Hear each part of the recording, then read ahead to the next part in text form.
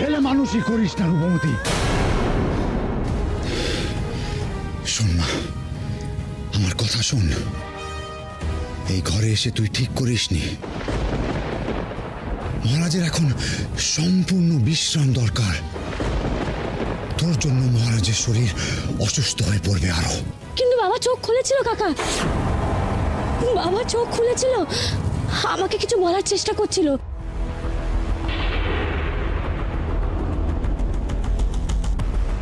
কিন্তু তারপরে কিরম অচেতন হয়ে শুয়ে পড়লো।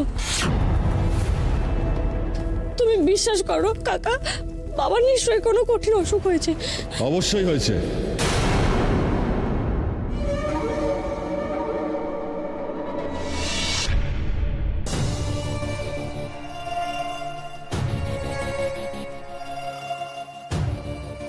রাজকুমারী, মহারাজের শুধু কঠিন রোগ নয়, অত্যন্ত জটিল রোগ হয়েছে।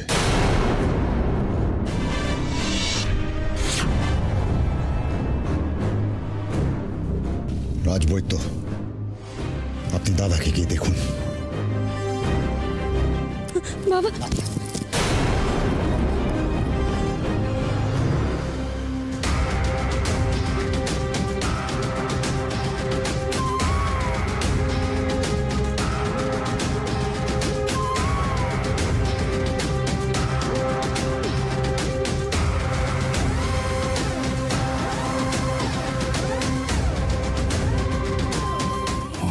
জ্ঞান ফিরেছিল এত তাড়াতাড়ি? জটিল আর অশুভ শক্তি, তার প্রভাব এত তাড়াতাড়ি কেটে যাবে? কিন্তু রূপমতি বলছে মহারাজ চোখ খুলে কিছু বলার চেষ্টা করছিলেন। না, আমার অজানা কিছু একটা ঘটেছে। কেউ নেই এবার আমার আর ওই মহামৃত কলসের মাঝে, কেউ নেই, আর কেউ আসতেও পারবে না।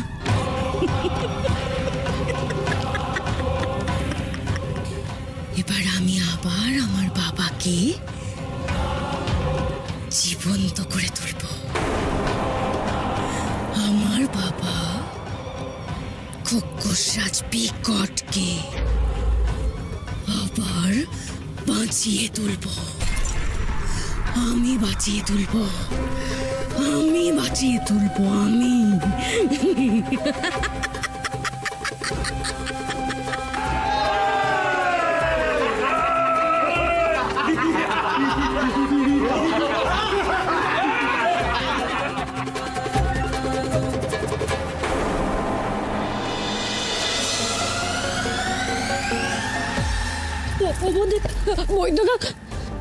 শান্ত হও রাজকুমারী, শান্ত হও। মহারাজের এই মুহূর্তে গভীর নিদ্রা এবং বিশ্রামের প্রয়োজন, তবেই উনি সুস্থ হতে পারবেন। আর মহারাজ যদি দ্রুত সুস্থ না হন, তাহলে স্বয়ংবরের সঠিক সময় পৌঁছতে পারবেন। কিন্তু বৈদ্য কাকা, স্বয়ংবর তো আগামীকাল। সেই জন্যই তো বলছি, পর্যাপ্ত পরিমাণে নিদ্রা এবং বিশ্রাম যদি মহারাজের হয়, চিন্তা করার কিছু নেই, উনি সুস্থ হয়ে যাবেন। কিন্তু আগামীকাল কি করে আমি বাবাকে এই অবস্থায় ছেড়ে স্বয়ংবরের জন্য প্রস্তুত হব?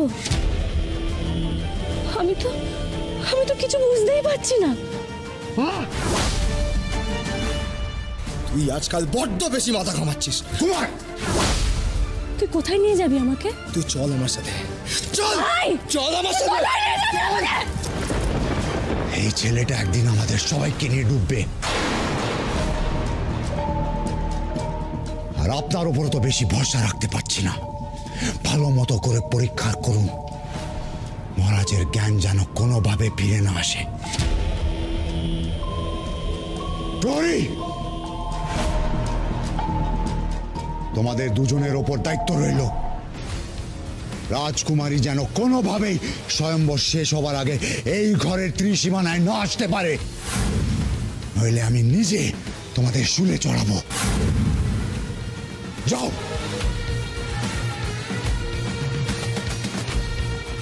আপনি পরীক্ষা করুন।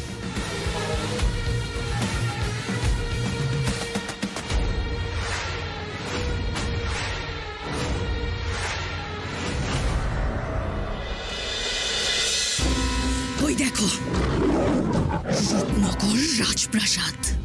আমার বাবা তোমাদের রাজা খোকস রাজ বিকটের খুনিরা আজ স্বয়ম্বর সভার আয়োজন করছে। কিন্তু আগামীকাল স্বয়ম্বর সভা যেন মৃত্যুর হাহাকারে পরিণত হয়। আগামীকাল রূপনগরের একজনও সকালের সূর্য দেখতে পাবে না।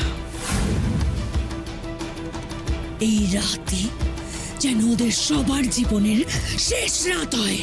জয় খোকসচারী জটিলার জয়, জয় খোকসচারী জটিলার জয়, জয় খোকসচারী জটিলার জয়।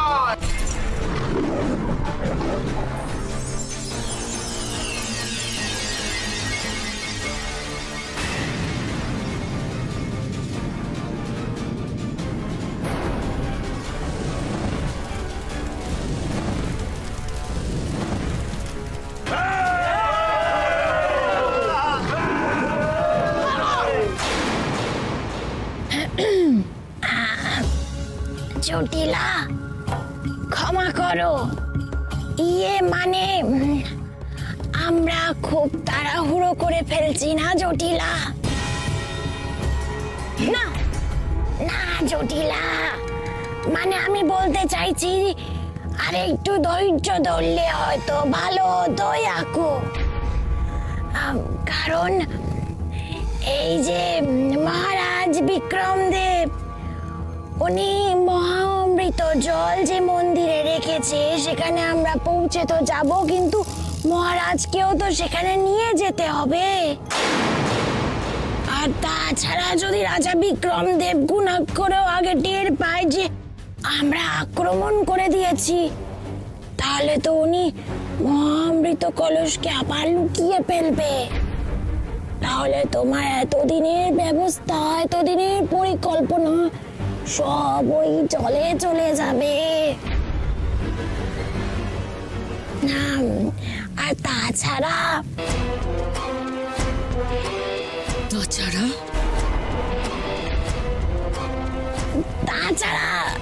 খোকসচারী জটিলা, আমরা তো আগে অনেকবার আক্রমণ করেছি, কিন্তু তেমন কোনো সুবিধা করতে পারিনি। তাই বলছিলাম একটু রয়ে শোয়ে, একটু সাবধানতা অবলম্বন করে যদি আমরা চলি তাহলে তো। আমি কি কিছু ভুল বললাম খোকসচারী জটিলা?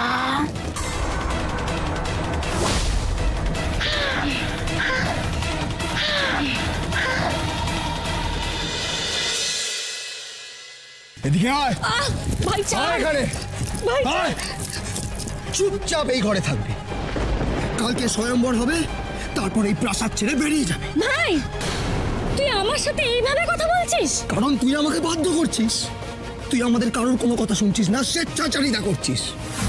সন্ধিতা, তোকে আমি শেষবারের জন্য সাবধান করছি। তুই যদি আমাদের কারোর কথা না মানিস তাহলে আমি তোকে। কি করছিস তুই? কি করছিস? বড় দিদির সাথে কেউ এভাবে কথা বলে? তোমাকে মধ্যস্থতা করতে এখানে কে ডেকেছে? কুমার। হ্যাঁ কুমার। মা, তুমি চলে যাও। কুমার, তুমি সরে যাও মা। কুমার। মা, মা তুমি সরে যাও। ভাই,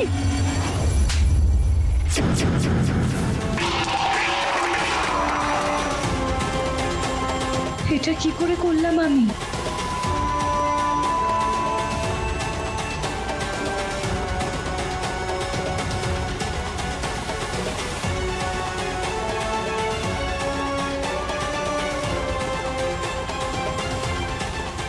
দিদির গায়ে এত শক্তি, এত শক্তি এলো কোথা থেকে?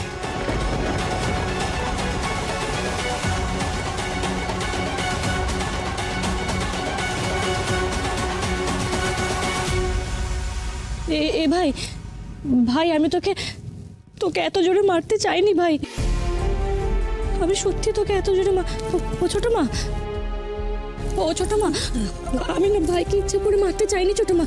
আমি সত্যি ভাইকে ইচ্ছা করে মারতে চাইনি। এ ভাই, ভাই ভাই তোর লেগেছে না ভাই? তো লেগেছে না?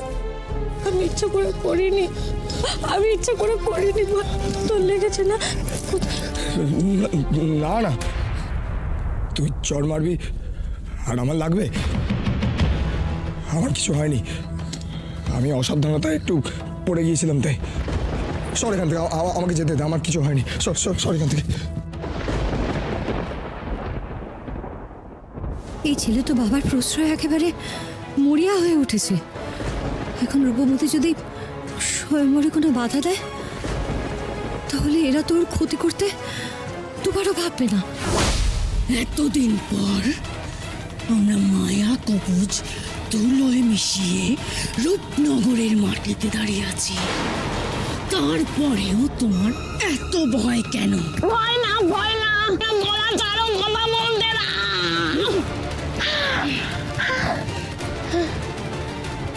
খোকস রানী, আমি ভয় পাচ্ছি না, ভয় না। আসলে আমি বলতে চাইছি যে আমাদের মহারাজ খোকস সম্রাট বিকটকে বাঁচানোর এই একমাত্র সুযোগই আর আপনার কাছে বেঁচে আছে। এটা আপনার শেষ সুযোগ। একটু যদি এদিক থেকে ওদিক হয় আর কোন অক্ষরেও যদি সবাই টের পেয়ে যায়, তাহলে তো আপনার কাছে শেষ সুযোগটাও আর বেঁচে থাকবে না। আপনি রাগ করবেন না, একবার ঠান্ডা মাথায় ভেবে দেখুন ইয়াকু। ভুল কিছু বলছে না এই জড়িবুটি। সত্যি এই সুযোগটা কাজে লাগাতে না পারলে হয়তো বাবার প্রাণ আর কোনোদিনও ফিরে আসবে না।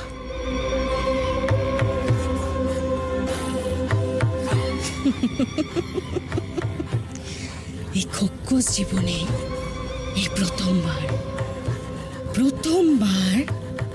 একটা বুদ্ধিমানের মতন কথা বললে। আমার সাথে থাকতে থাকতে তোমার মাথাটা খুলছে মনে হচ্ছে।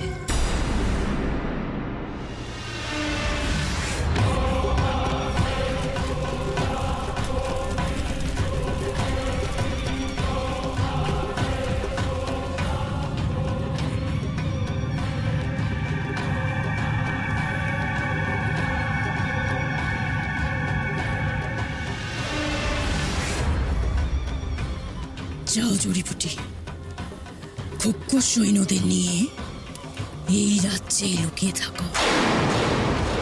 আমার সংকেত পেলেই আক্রমণ করবে। জটিলা, তোমার সংকেত মানে তুমি কি কোথাও যাচ্ছ নাকি?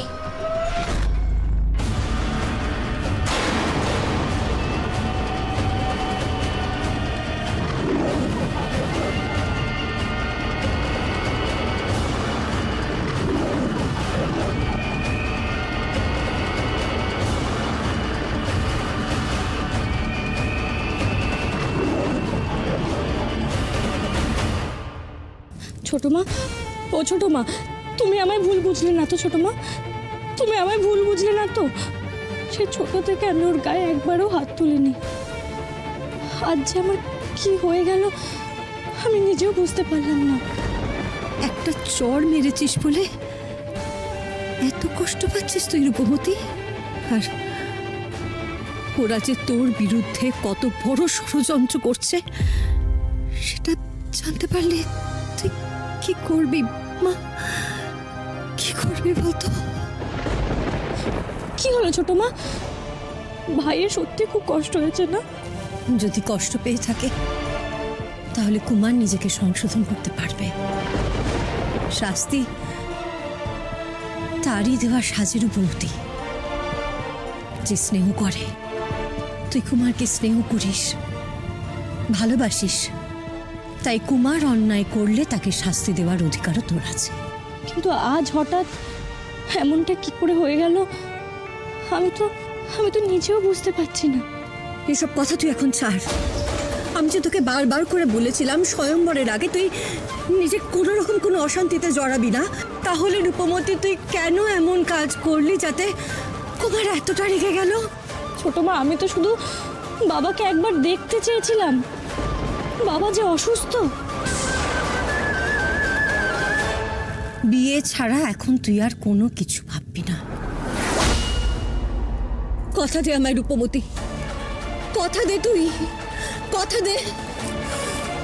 কিন্তু ছোট মা, বাবা যে অসুস্থ, অসুস্থ থাকলে আমি স্বয়ংবরে কি করে অংশ নেব? আমি তোকে কথা দিচ্ছি, মহারাজ স্বয়ম্বর সভায় উপস্থিত থাকবে আর তার ব্যবস্থা আমি করব। কিন্তু তুই আমায় কথা দে রূপমতি, বিয়ের আগে তুই আর কোনো দিকে তাকাবি না। কথা দে। আমি চেষ্টা করব। চেষ্টা নয় রূপমতি, আমার নামে শপথ নিয়ে তুই বল যে তুই আমার কথা রাখবি। আমার নামে শপথ করে বল, আমার কথা অমান্য করবি না। অমান্য করব না। আমার যতই কষ্ট হোক, যতই মন উচাটন হোক, আমি এখন শুধু স্বয়ম্বরের কথা ভাবব, আমার বিয়ের কথা ভাবব। নে, এবার বিশ্রাম কর, আমি আসছি কেমন।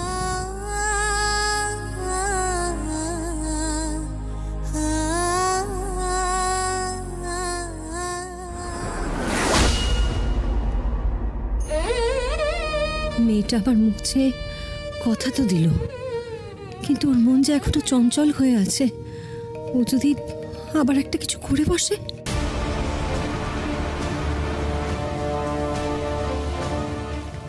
আজ রাতটা তোমরা সজাগ থাকবে, এক মুহূর্তের জন্য অসাবধান হবে না। দেখবে রাজকুমারী যেন আজ রাতে কোথাও বেরোতে না পারে।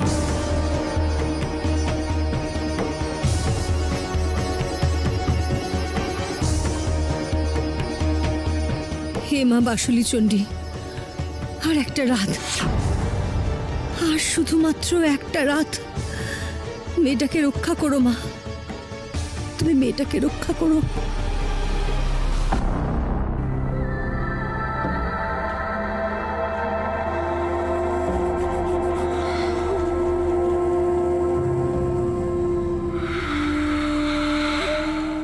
এক্ষুনি দুটোকে শেষ করে দেবো।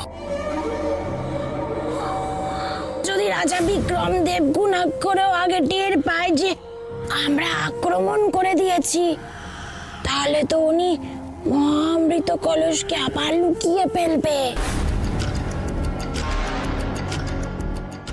না, চুরিপুটির কথাটাই ঠিক। এই চুনোপুটিগুলোকে মারলে মিছিমিছি হই হল্লা হবে। তার চেয়ে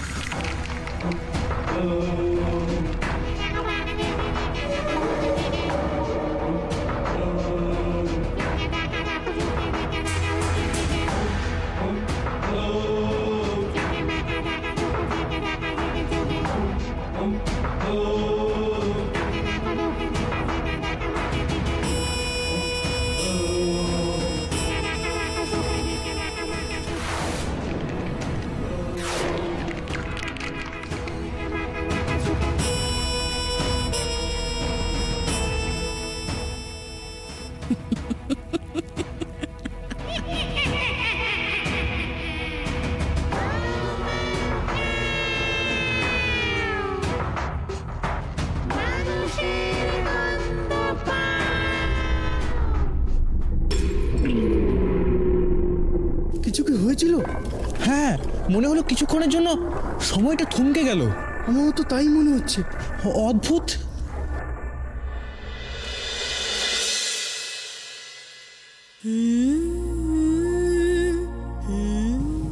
একটু পরে পূর্ণগ্রাস চন্দ্রগ্রহণ।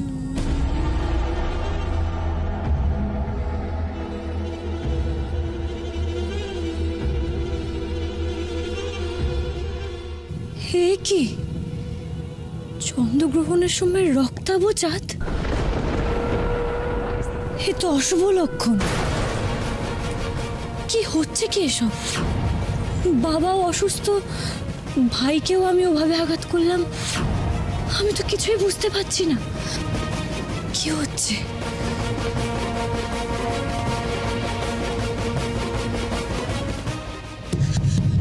দরজা খোলো।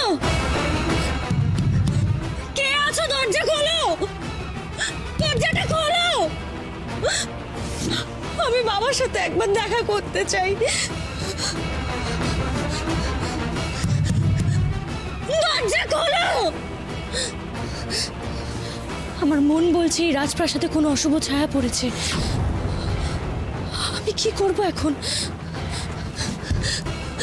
কে আছো? দরজা খোলো।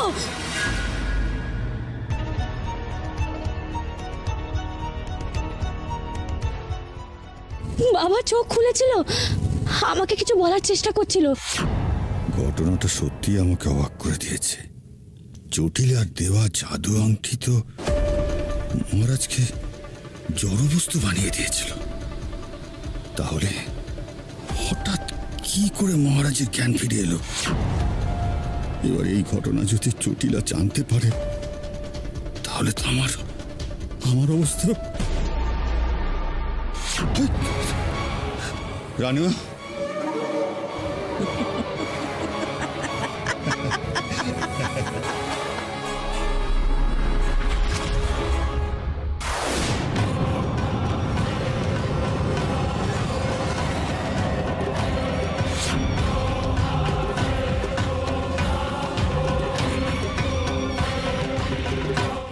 কি করছেন রানীমা? আমি তো আপনার কথা মতো কাজ করেছি, তাহলে কেন শাস্তি দিচ্ছেন? তোমাকে বাঁচিয়ে রেখে আমার যদি জীবনের লাভই না হয় তাহলে কেন বাঁচিয়ে রাখবো আমি তোমায়? বলো। এটা আপনি কি বলছেন রানীমা? আপনি বলেছিলেন আপনার কথা মতো কাজ করলে আমার জিনিসটা ফেরত দেবেন, কিন্তু আপনি তো জিনিসটা ফেরতও দিচ্ছেন না।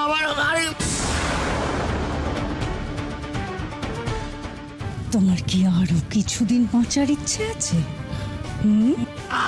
মোট থেকে চায় রানীমা, আমার এখনো অনেক ইচ্ছা পূরণ আছে, ছেড়ে দিন। তোমার এই অপূর্ণ ইচ্ছের দায়ে আমি নিতে পারবো না। তবে যদি আরো কিছুদিন বাঁচতে চাও তাহলে বিক্রম দেবের কাছে যাওয়ার পথ আমায় বলে দাও, কিন্তু নিঃশব্দে, গোপনে, কেউ যেন জানতে না পারে। বলো, পারবে? প্রাণ থাকলে চেষ্টা করো রানীমা, কিন্তু এইভাবে ঝুলে থাকলে আর তো বেশি।